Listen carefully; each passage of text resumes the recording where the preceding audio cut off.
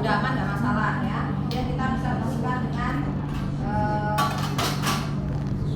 saraf kapal untuk membersihkan area yang sebelah sini. Dan kita ganti yang baru. Tadi 1 botol, sekarang mau ganti yang 3 botol. Oke, kalau sudah aman, rapet ya. Kalau tadi di video mungkin ada dikasih plester, kalau memang biar aman, nggak lepas, takut ketarik, bisa difiksasi pakai plester. Loh, pasien itu pelan belum ini tadi ya. Nah iya, mau praktek nanti ya. Terus tekanannya dikasih air. Jadi kalau misalkan Ya, kemudian dilepaskan. pos itu bakal langsung. Jadi sama batuk tadi. periksa lagi seperti tadi, undulasi, ya, batuk, nafas tadi sesuai dengan pemeriksaan awal.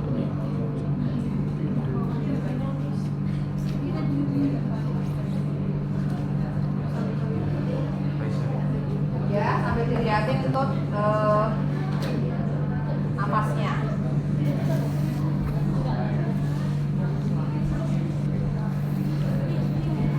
Sing biru sing merah putih maksudnya piye? Tanya. Atau bayi gitu kan. Terus yang ketiga, kalau misal pasiennya koma itu nanti buat cek undulasinya apakah diperlukan juga. Ya, baik. Yang pertama kapan diganti? Kalau botolnya penuh, botolnya pecah. Kan dulu ada kasus ada ini soal ukom. Tiba-tiba WSD pasien jatuh atau kesampar, pecah. Apa yang kamu lakukan? Hah? Diapain sih? Ambil kain beres.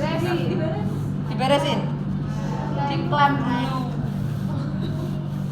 Karena yang bahaya pertama itu, karena kalau ini pecah, artinya saluran ke sininya sudah break kan, sudah kebuka gitu. Untuk ukuran ini ada ukuran yang lebih kecil. Ini, namun nanti juga ukuran yang kita mungkin perlu pot yang berbeda antara yang ini harus diganti dengan yang sesuai ya, karena ini kan ini yang lubang-lubang ini yang masuk ke dalam tubuh pasien. Ini kan nggak mungkin masuk ke sini. Nah, berarti portnya mungkin nanti akan disesuaikan. Apa lagi nomor 3 tadi? Kalau pasiennya yang Koma. Nafasnya aja. Dia kan pasien koma juga nafas kan. Cuman kan mungkin kan nggak begitu undulasinya kan pelan gitu. Tapi kalau pasien yang sadar kan lebih pengen kita melihat jelas naik turunnya gitu. Enggak tidak kalian suruh naik inspirasi itu sebenarnya naik turun juga, cuman nggak pelan. Kita untuk melihatkan dan jelas aja sambil kalau batuk.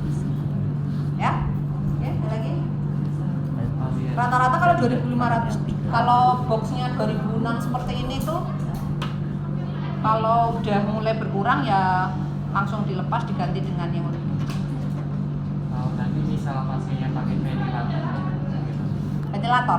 Ventilator ya tetap bernafas kan. Untuk cek undulasinya ya nggak usah kan tetap harus kan dia bernafas sendiri kan, istilahnya kan nggak usah disuruh tarik nafas keluarkan gitu ya, nggak usah kan tetap dia bernafas, jadi lihat undulasinya aja, jadi dicek naik turunnya. Kalau berhenti kan nggak wajar kan, harusnya dia ada undulasi naik turun karena ada tarikan dan keluaran nafas, kecuali pasien yang nggak bernafas tidak.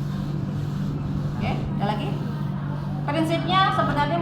Prinsipnya untuk lukanya seperti luka post opsi aja, tanpa kontaminasi kalau tidak ada luka. Paling yang di sekitar ini WSD ini biasanya luka bendanya dia dijahit, jadi bentuk di sininya itu dia ada kebundel-bundel sama benang jahit biasanya. Nanti itu urusannya dokter bedah ya. Kita mengawasi aja, monitoring apakah ada luka atau tidak di sekitar. Jadi kan ada benangnya, dia kayak gundel-gundel benang gitu. Balutannya ya tadi mungkin ini trik yang berbeda dengan luka yang lurus, memang digunting kemudian dilingkarkan di sini. Dari tubuh pasien. Oke, ada lagi? Itu nanti diisi buat ngelihat undulasi Ada kalau mungkin kalau pasien mau nafas atau bentuk. lebih Suction control teliti nanti lagi, kalau teliti buat suction kayak tadi. Kan tadi kalau Tadi diguntingin gini, sisa-sisa apa? Sisa-sisa itu. mau saya bikin ini, bikin diameter Pakai gitu. specs ya. Biasanya dulu. Yang suction gitu. Tapi nanti resikonya kalau kalian Lihat kegedean, ondulasi kegedean nanti malah menimbulkan pas lubang. pasien nafas atau pasien batuk. Oke. Jadi pertanyaan mungkin mulai dari pemeriksaan fisik, JVP, oksigen, dan BSD. Kayaknya ada. Ya, review kembali pemeriksaan fisik jantung paru sepertinya sudah pernah di KDM atau JK ya. Prinsipnya seperti tadi, inspeksi palpasi, perfusi, dan auskultasi baik dada depan maupun dada belakang. Ketika kalian memeriksa yang butuh tidur, butuh duduk, Untuk 8 sebenarnya mm. selesaikan dulu yang Beda tidur tuh. dulu, duduk jangan tidur, duduk, suruh tidur lagi, duduk lagi ya. Efektivitas etika dengan pasien. JVP tadi ya, perhatikan ada dua kemungkinan kalian bisa melihat internal maupun eksternal. Posisi semi shoulder, pasien menengok miring benar-benar ya, di kalian lakukan pembendungan di kayak di lurut gitu ya, untuk memancing adanya pengisian vena jugularis eksterna. Kalau yang mengisi kan eksterna tadi.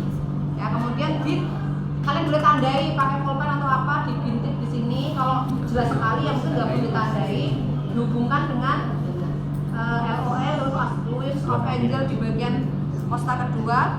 Menyiku, hasilnya berapa ditambahkan 5.